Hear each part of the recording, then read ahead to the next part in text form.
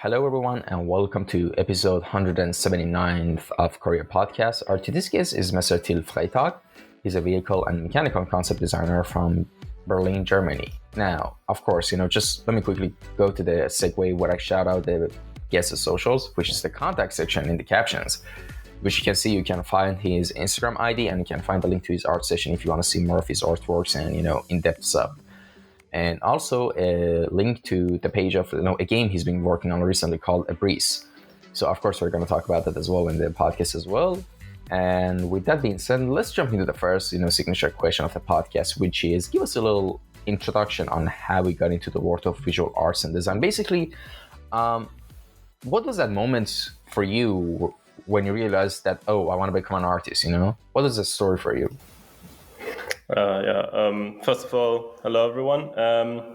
It started for me very early, so I've always had a pencil in my hand, and I've always drawn a lot, and also I had very early an interest in design. Like cars really fascinated me, and boats, and everything that's designed in some way. So that's I've an affinity for like mechanical stuff.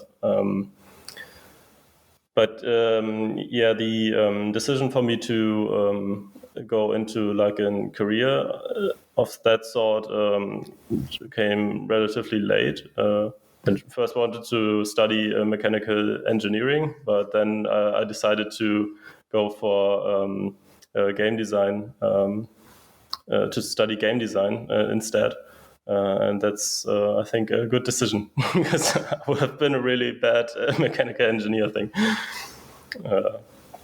And were your parents also, were they surprised that, they were like first happy that, he's going to become a mechanical engineer, a stable job and everything, but they realized, he's switching to game design. What is that? Does it even have money? Like, was the reaction like that? Or were they supportive, or they knew the thing, how the field is?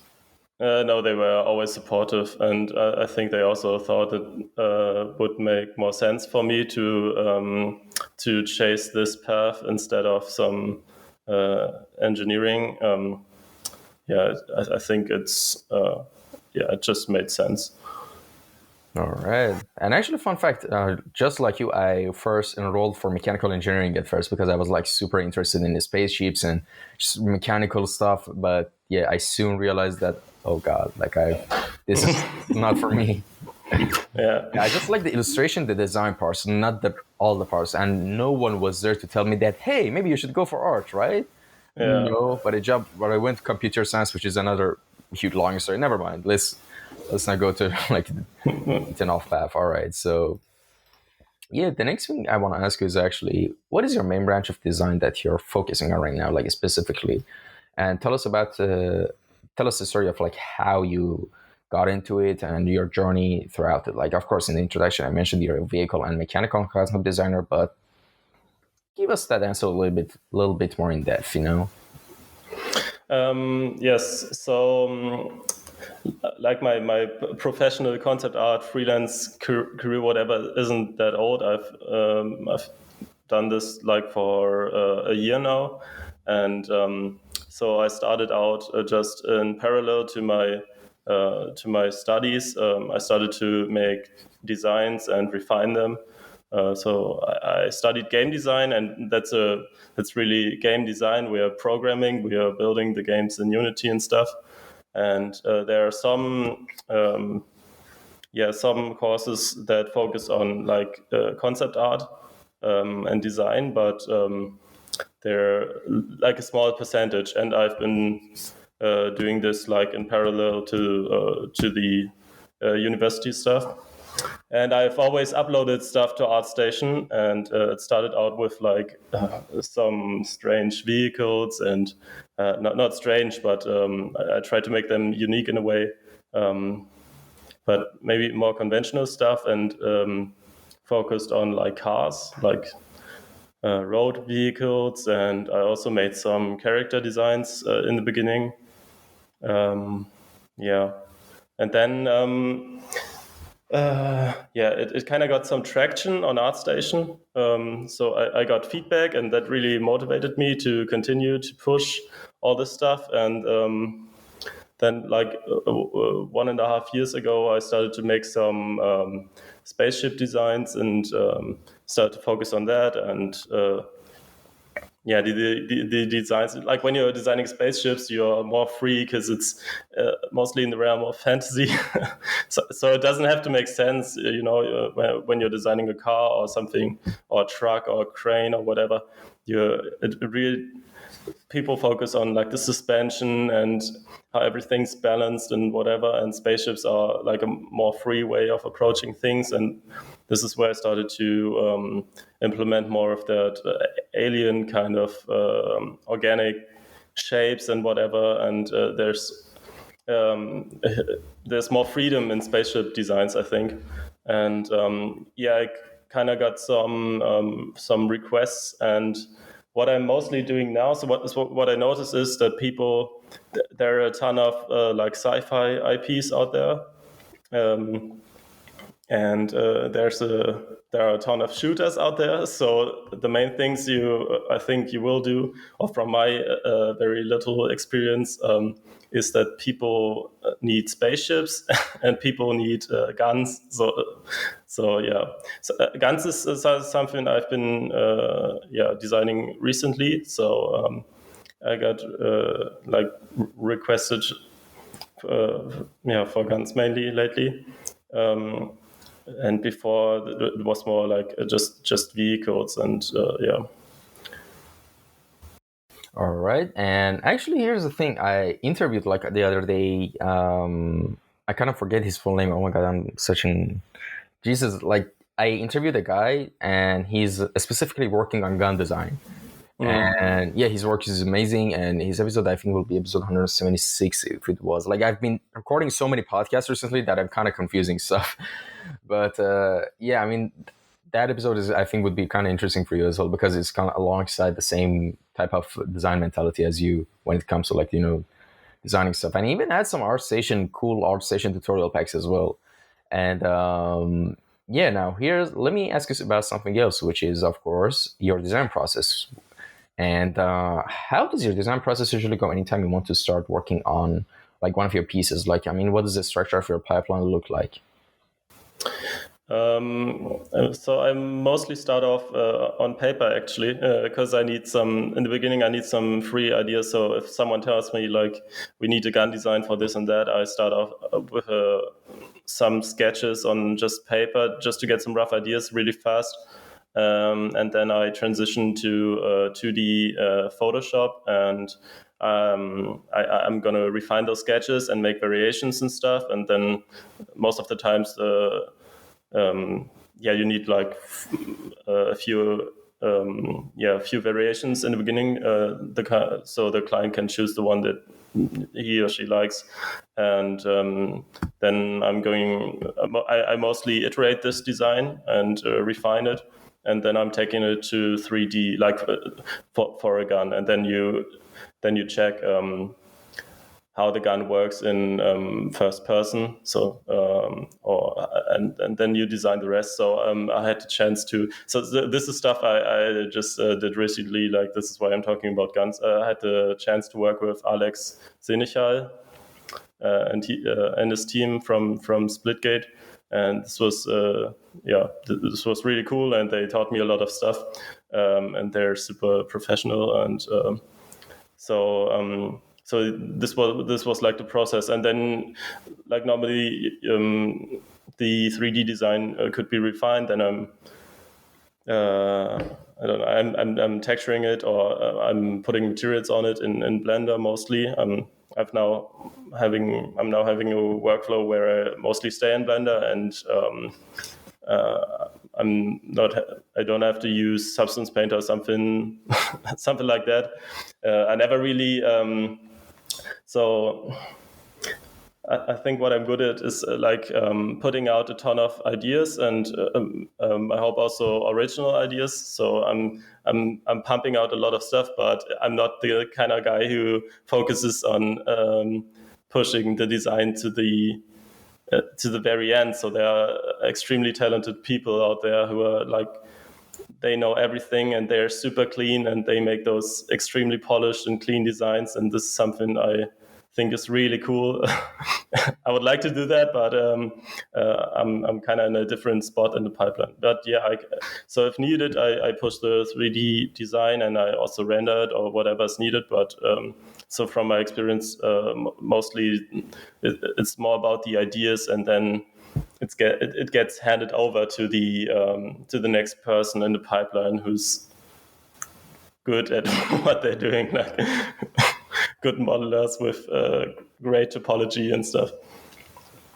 Yeah, and that was actually a good segue to the next point that I want to actually discuss with you, which is of course the concept of we talked about your design process right now. Here's the thing: you've been recently working on this AI referenced based works with Midjourney, and there's so many things we can discuss here, right? But first off, I want to say that I think you even saw it as well, the shark one, the first one that kind of popped off really well. Was actually an inspiration for me as well in terms of color and design, and I even tried to use some of the design aspects. I think you saw it as well in one of my pieces. And really cool. Actually, I've started 3D for 6 months, so I'm not super good yet. But the niche I'm really good. But my niche is going forward hard surface, mechanical stuff, guns, spaceships, vehicles, assets, props, this type of stuff. This is my bread and butter. And yes, and actually speaking of Substance Painter, I actually if you're able to actually really get good at Substance Painter, you can do a lot of amazing textures with it. Blender is great, don't get me wrong. There's a lot of tools in Blender and add-ons, a lot of that. But Substance Painter is something else. And yeah, I guess the license, I don't know how much is it right now. And but I've heard a lot of good things about it. Substance Painter has been in my workflow for a long time. I also made this endeavor, whatever my bachelor thesis project with the big ship and stuff. I textured everything in Substance Painter. I created the materials there. And there's you can get some add-ons, and so I usually just smart unwrap everything in Blender, send it over to Substance, and I spend time on building a smart material that does the job for me, because I can't paint everything. I just put it on there and then I export it back to Blender. But now I've experimented with this. I found a few Blender plugins that also can simulate smart materials within Blender, and I found them to be equal quality, maybe to smart materials. I mean, Substance Painter is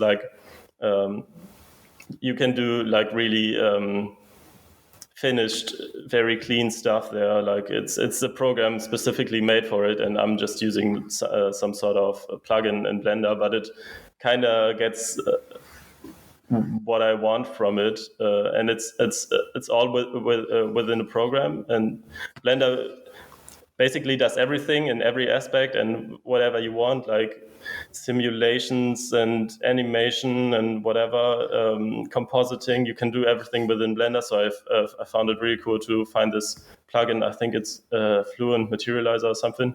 And it really creates some really cool maps with everything that Substance Painter uses, so curvature and whatever, edge detection and stuff. You can do this within Blender as well. And I never really use Substance Painter to to paint and to refine everything. So that's I know there are people out there who are who really know everything, and they know where the scratches belong, on a gun or something, where people would use it, and where it gets all the scratches and stuff. And I always just through a smart material and stuff, just for pace and speed focus. But I don't even know how to unwrap. I always smart unwrap, but it kind of works for me so far. I'm going to learn it if I have to. No, I mean, you just go to edit mode, press A, click U, just unwrap everything, smart, and, that's fine. Yeah. I don't even know either. I just do that in Blender all the time. Maybe I know for someone who wants to get in the industry as a 3D modeler, I should learn all this stuff properly. But as of now, I don't know either. It's fine. And the next thing I actually want to mention is that, I went through, some of your works, even your older works, and it's social media specifically is a weird thing, because like there were like super high quality stuff like on your page before, like your main AI things kind of thing, and they didn't get much traction as they, I think, should compared to like other artworks on different people's pages. But like suddenly AI popped off, and all right, were you surprised when you woke up with the sea of like notifications and like 20,000 or something like on one of your posts? Like how was it weird?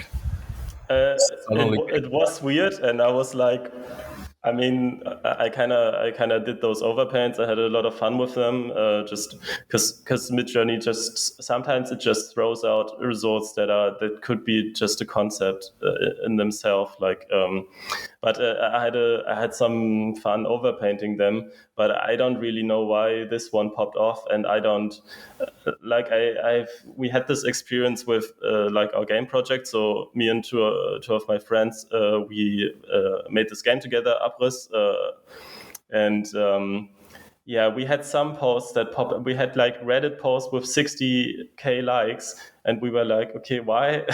And we had like posts where we really crafted everything, like discussed all the details, and they just flopped. And I think the internet is just random. And the success of this shark thing, I think the design is actually it's all right, but it's not like something special. Like I think many people, like mostly everyone could have done this, like who is within the realms of design. Like it's nothing special, and I think that just shows that the internet is random sometimes, and you have to be at the right time at the right spot. And this is, of course, I'm happy, but I also don't think that the best designers have the most followers or something on the internet, and I think that's just kind of random to some degree. yeah, exactly. And here's the thing: I think as you said, like posting, being at the right place at the right time, like is always like an important factor. But I think, like in your previous posts, you've done like amazing, like realistic designs and abstract designs for yourself, whether it be spaceships, whether it be vehicles, it could be anything. But they as you said, didn't like get as much successful as, for example, the shark one. And I think one of the main reasons the shark one got so like successful was, first, it was like in the midst of like the hotspot of like the discussion of AI, and the second most important part in my opinion is because it looks pretty in terms of like it looks pleasant to look at. The rendering is nice and smooth, the colors are good, like it's a nice combination of colors, honestly, with the ice blue of the glasses and the like these small details usually, like when put together, are pieces of the puzzle that makes a piece look appealing. It's like I was actually having this discussion last night on Skype with one of my friends that it's actually relates to this as well. We were discussing different oil painters. I know it's kind of unrelated, but trust me, we'll get there. Like we were talking about, all right, why, for example, we like the piece of this guy and not this guy, and I kind of came up with like an explanation for myself. I was like, it's not super realistic, that it kind of makes you look like it looks all right. It looks like a basic painting, but it wasn't so abstract. It was a nice balance of impressionism and abstract and realism. It was a nice contrast balance, but with a hint of impressionism on top of abstractism. Realism. So yeah, and I think it kind of. I don't think you intentionally formulated this, but it's just something that you develop throughout years of practice. And experience. And yeah, I mean, this also it looks like it looks like something that could be real, like a spaceship, because of the rendering and the design parts and stuff. But also the colors look good as well, but it's abstract at the same time. And that, I think, what made it a pleasant like piece, that it looks like something that people want to slap it on thumbnails and just all over the social media. Yes, yeah. I think that's also a really huge point. Like just having the colors to pop off. It's a very like it's also a close design. So it's just this, and you can really separate it from the background. It's just pops off in your feed. But yeah, I think this is really important for, like, you can also see it on ArtStation. Like, there are some like very designs that are very cloudy or hazy, and they're like great designs and stuff, but it's harder to spot them. It's not like sometimes they don't make as good of a thumbnail.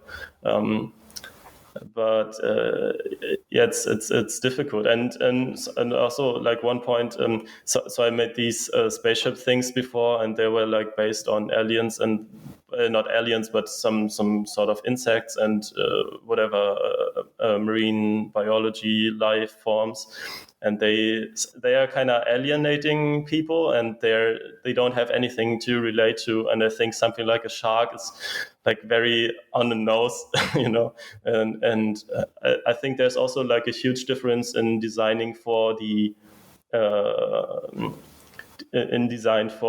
end user. So I think of Instagram as something that is that there you have the people who are the everyone is on Instagram, and ArtStation is something different. Like, on ArtStation, you will have more artists, and you will have more art directors and whatever scouts, and most of the times artists are also interested in something that just gives them an idea. Like, it doesn't have to be a finished design or something, it doesn't have to be polished, but as soon as something resonates with them, they will like it, and they will take it and maybe get inspiration from it. It's not something like the end user would appreciate. Like, they're just, oh, this is unfinished, or this is weird. But yeah, so yeah, just alienating people with design is something you can do. But this is so from my very little experience, I have I don't have a ton of experience, but I think that art directors really like this kind of more original, weird stuff. They appreciate it, and they was because they're always they always want to have something new. They always want to have new ideas. They always want to have fresh ideas. So it's a really good idea for a career, I think. Like, again, just talking from very little experience, but I think whenever someone writes me to work for them, it's not because I make like the prettiest pictures. It's, I think, more because I have some ideas, or original ideas, and but this is something that is not of interest for like the end user, the end consumer. They don't care. All right. And by the way, here's another kind of like, not controversial, but kind of interesting subject that's been like going on in the media, like the whole, with the whole advent of like, AI art, and stuff like that. There's people, basically discussion of people like, oh no, which is of course, it's kind of like not a very good, well thought out idea, but they're saying that AI will replace concept artists and stuff like that.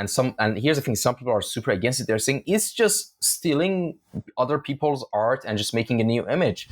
You're not doing anything original, blah blah blah, like that. But I think the thing you did with the 3-piece you did, not just the shark one, the other ones as well.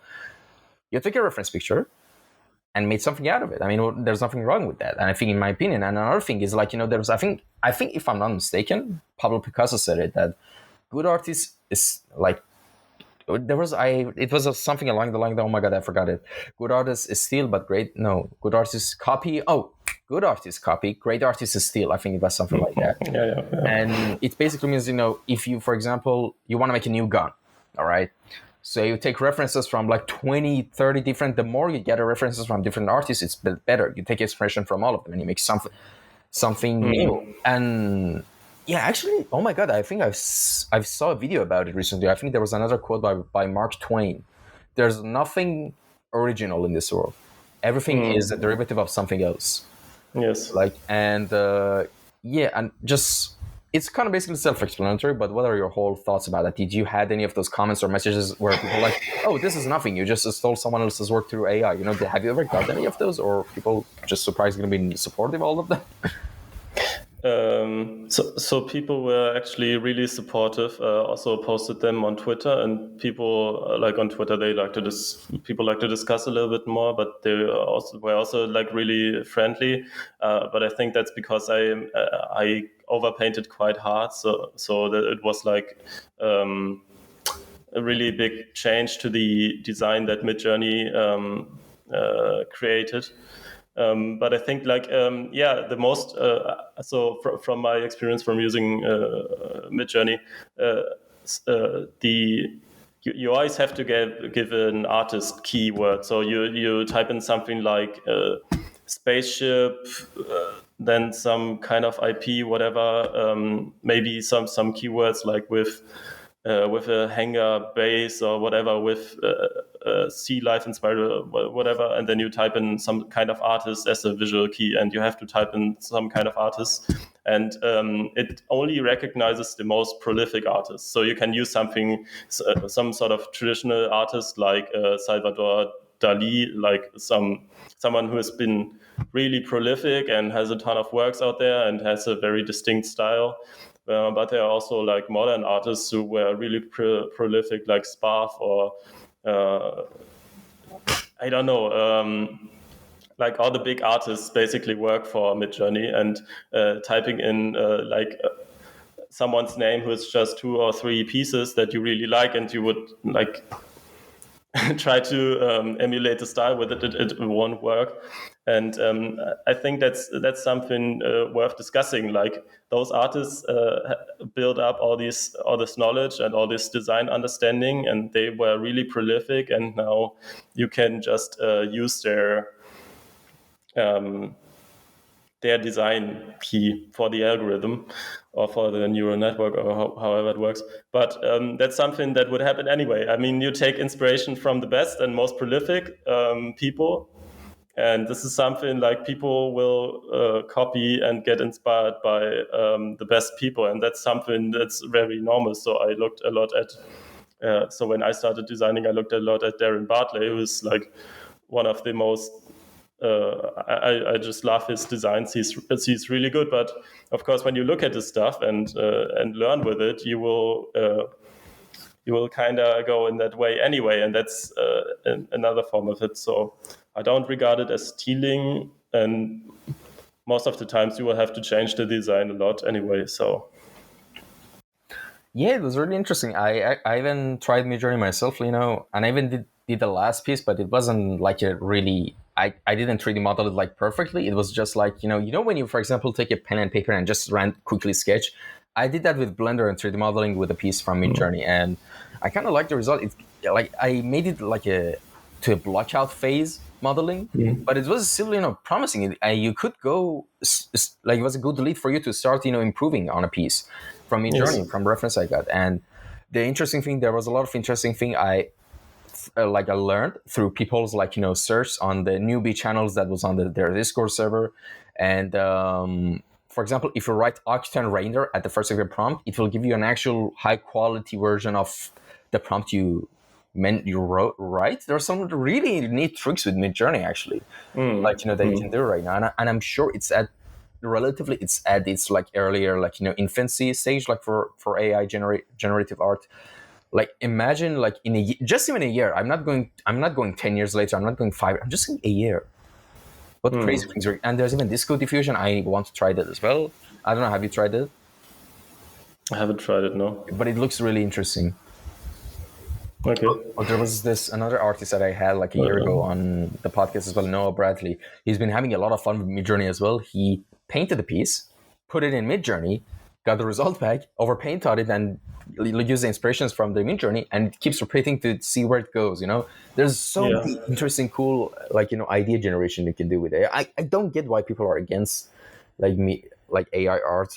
I'm genuinely. I mean, I'm not saying that it's completely perfect because I don't know. I don't know everything. Maybe there's something wrong with it, But from now on, from what I've seen and heard, maybe I haven't seen anything, honestly. It's just a new tool. It's like when 15, 20 years ago when people were started like in the digital art industry, people have started to make fun of other artists who use, for example, color picking in Photoshop or other software. They're like, oh no, that's cheating. You should learn fundamentals. That's cheating.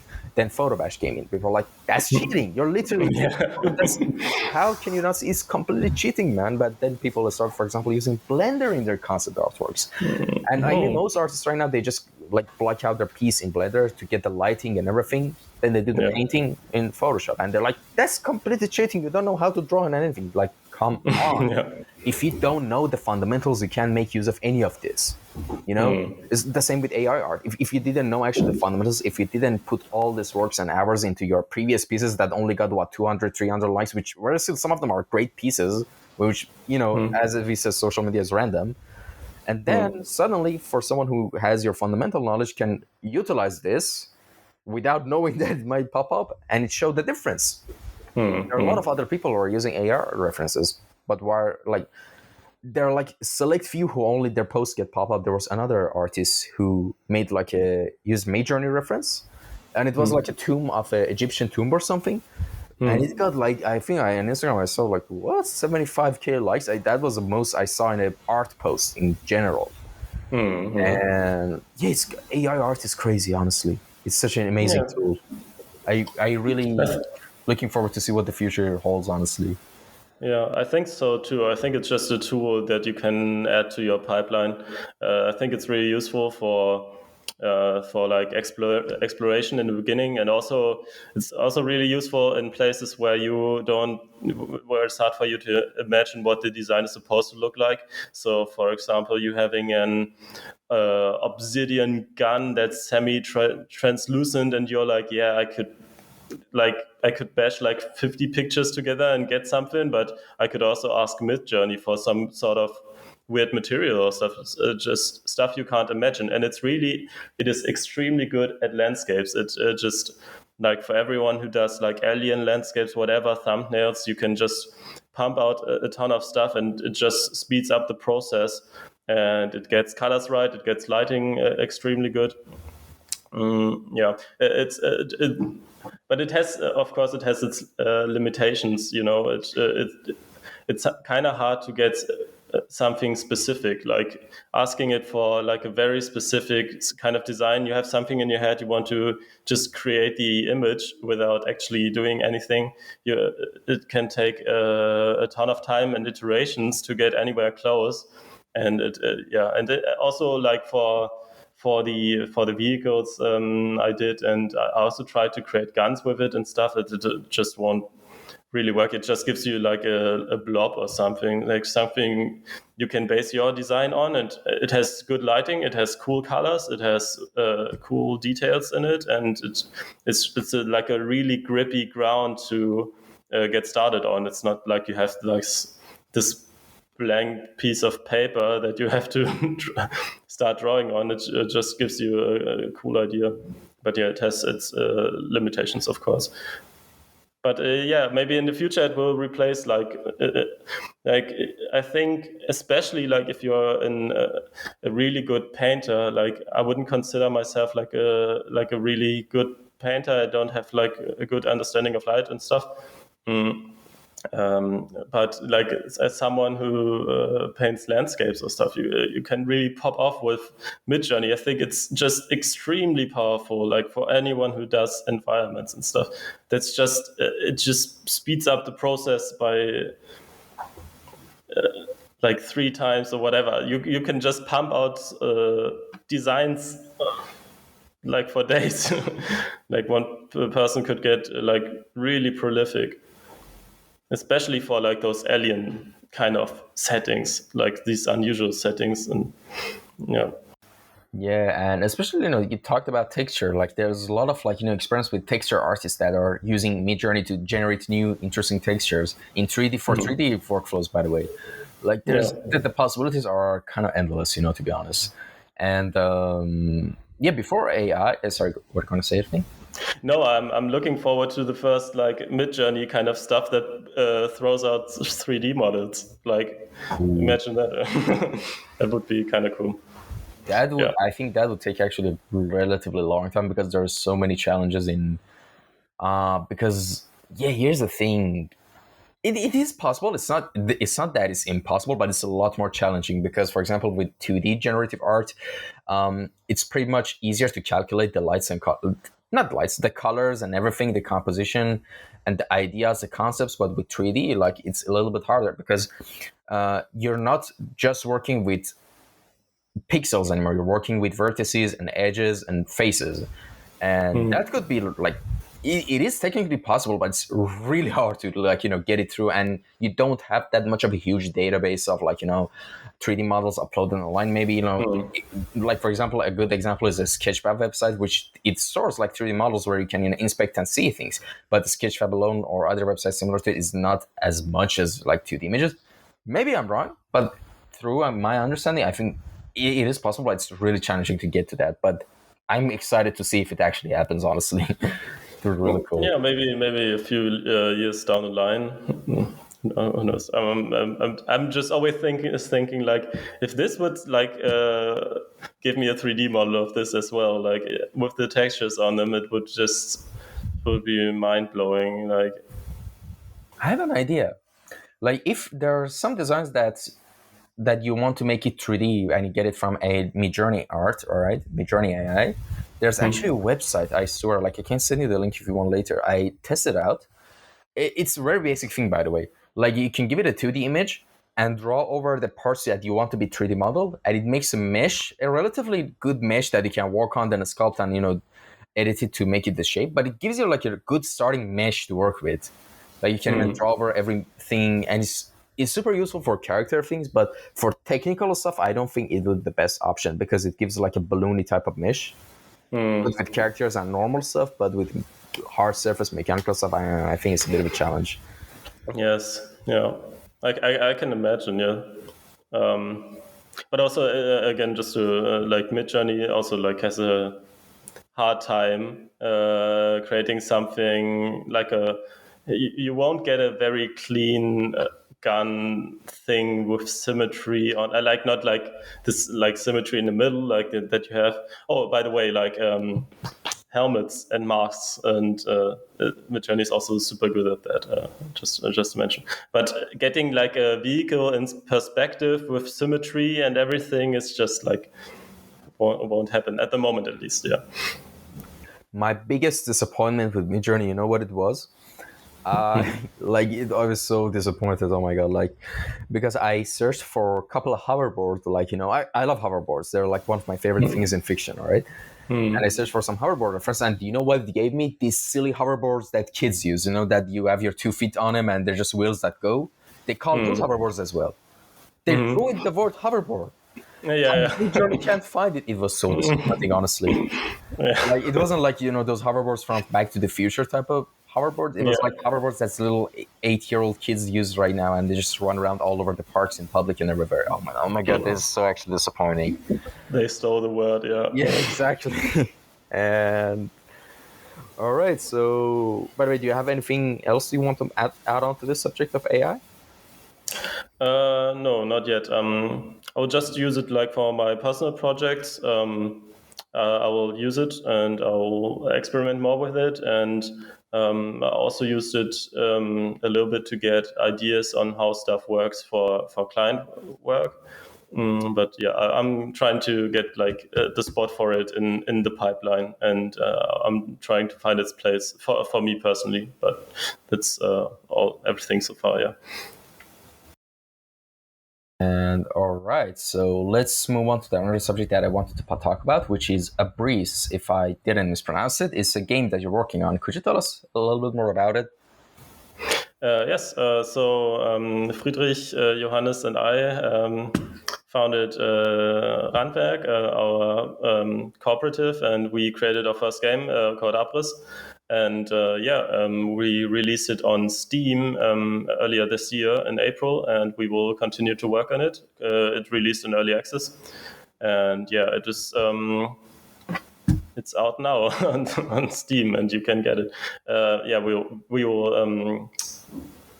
create the full version. The full release will be next year, and we'll continue to work on it.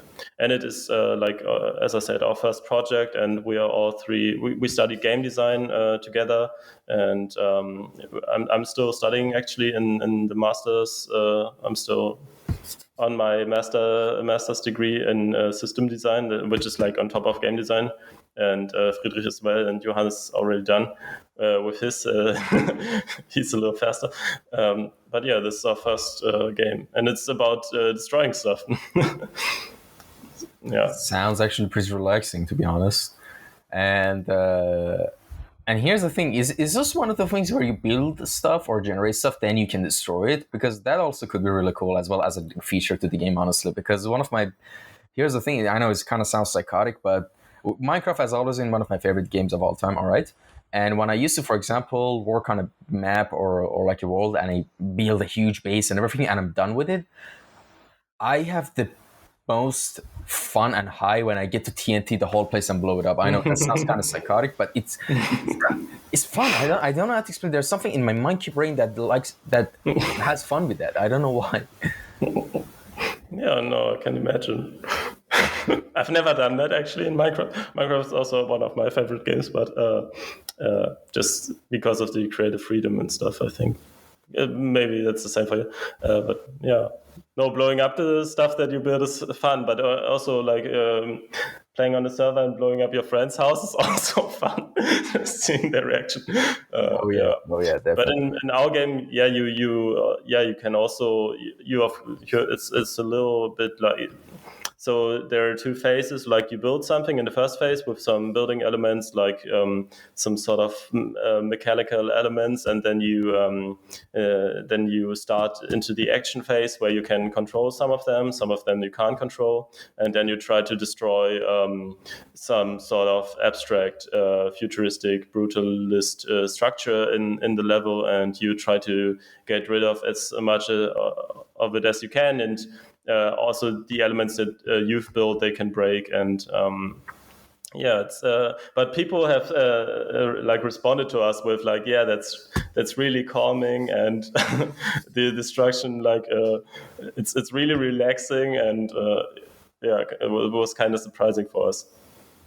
There was actually a lot of surprising feedback when people first played it, it's people just see the thing that you've done in a different way. Like as a developer, I think same goes for art. Like you sometimes get so focused on what you're doing that you can't really evaluate it anymore, and you have to. I mean, with artwork, you would like hit mirroring, like mirror it on the vertical and horizontal axis a few times, then let it rest for a few days and look back on it. And this is something we're doing now. Like we've been in the tunnel creating this game together, and then we released it to the public, and now we haven't looked at it for a while because we haven't had holidays in a while. Like we crunched really hard for like 3 months together, and now people sending us back their feedback, and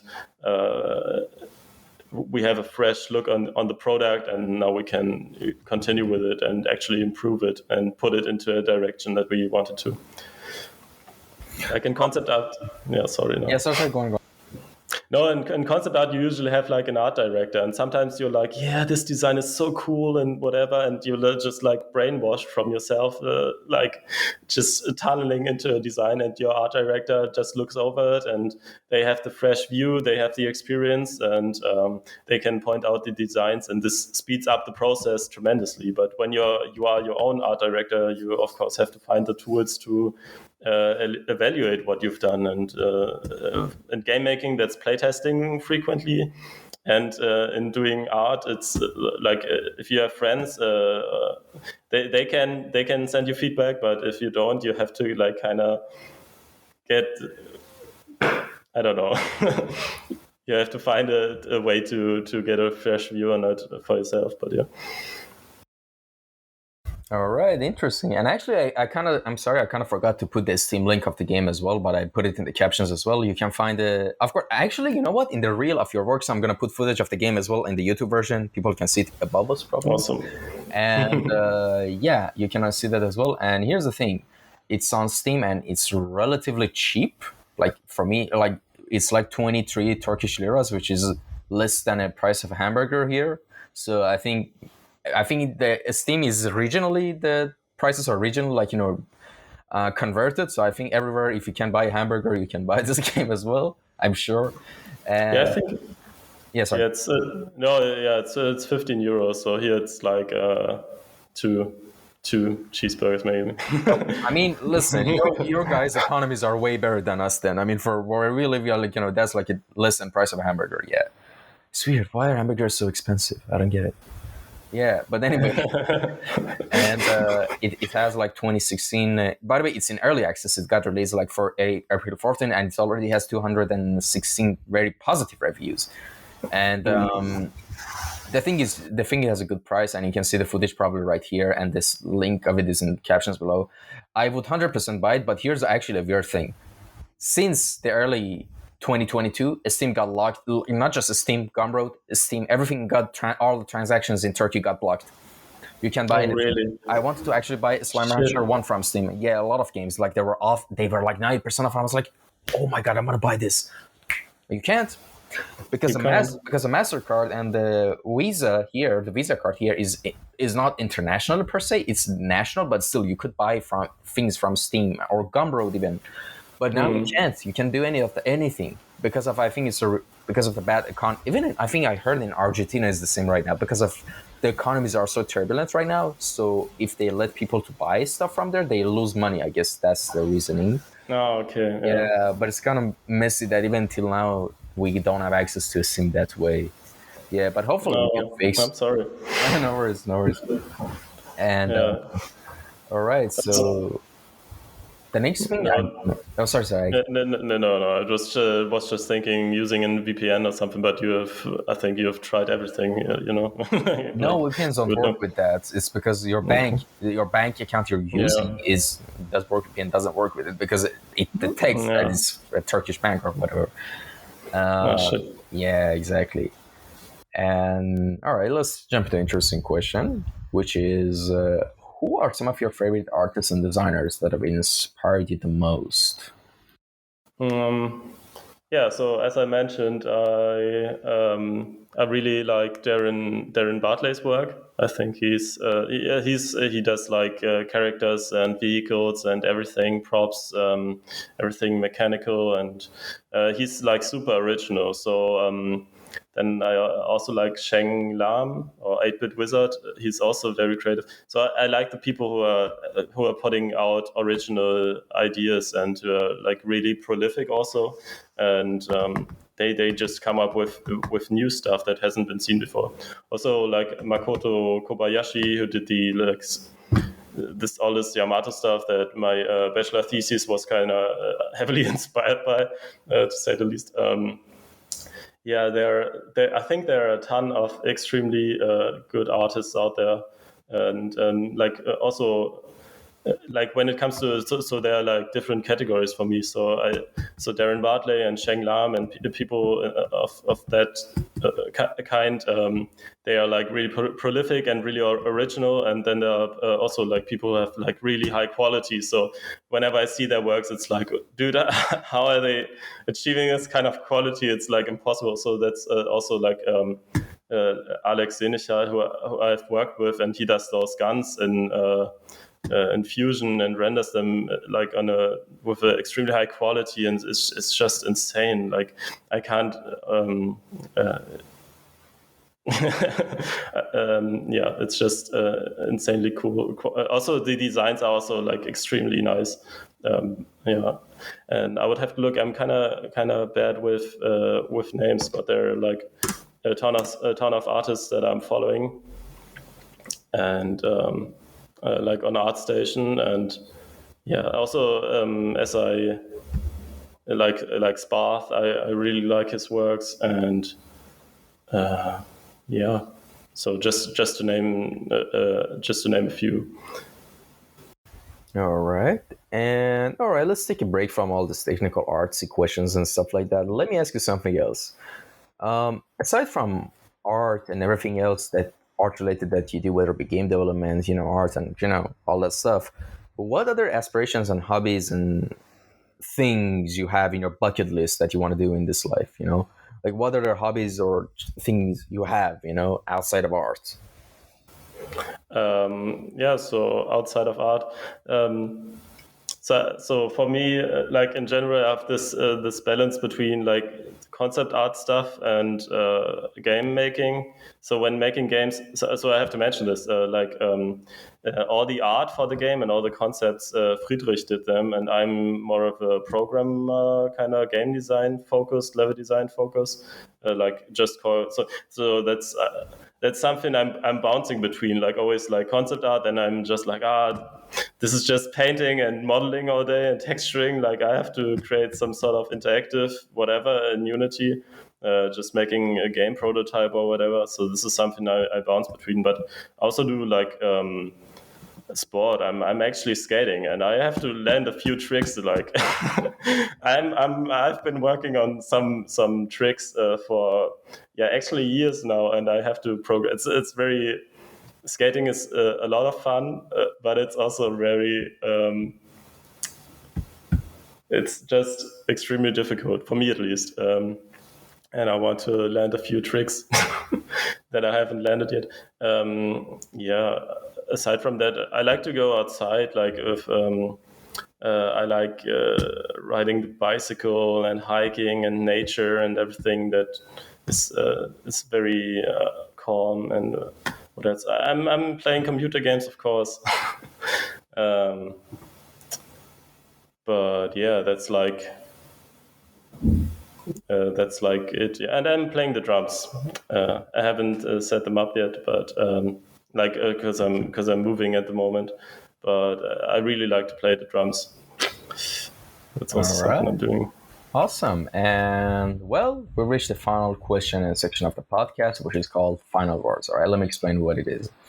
Imagine in like a limited amount of time you had, like let's say a couple of minutes or a few minutes, you had the opportunity to say anything from yourself till Freitag to anyone else who might be listening to this podcast at any point of time in future. It could be a week, it could be a month, it could be a year, a decade, a century if the world hasn't collapsed to destruction or anything. And in that case, you have that opportunity to say anything from a human to another human being. What would you say? So do I have to pick a time span? Nope, just future. Okay. What would I say? So like again, like from the art perspective, like just something really cliche. I think just I think keeping on to do the stuff that you enjoy and that is like original is like always a path worth like pursuing, and keeping that for the career is something that I want to like. Just doing stuff that I enjoy is more important than doing stuff that is maybe rewarded highly. So that's something I want to keep on doing as a message, as a reminder, maybe to myself in the future. And that is the art side. And what about the general side? The general side. The art side. Yeah, I think so. In general, for life, I think that's pretty much the same. Like for me, like freedom and creativity are extremely important. Maybe the same goes for you as an artist, and and just always having that in mind, that's worth more than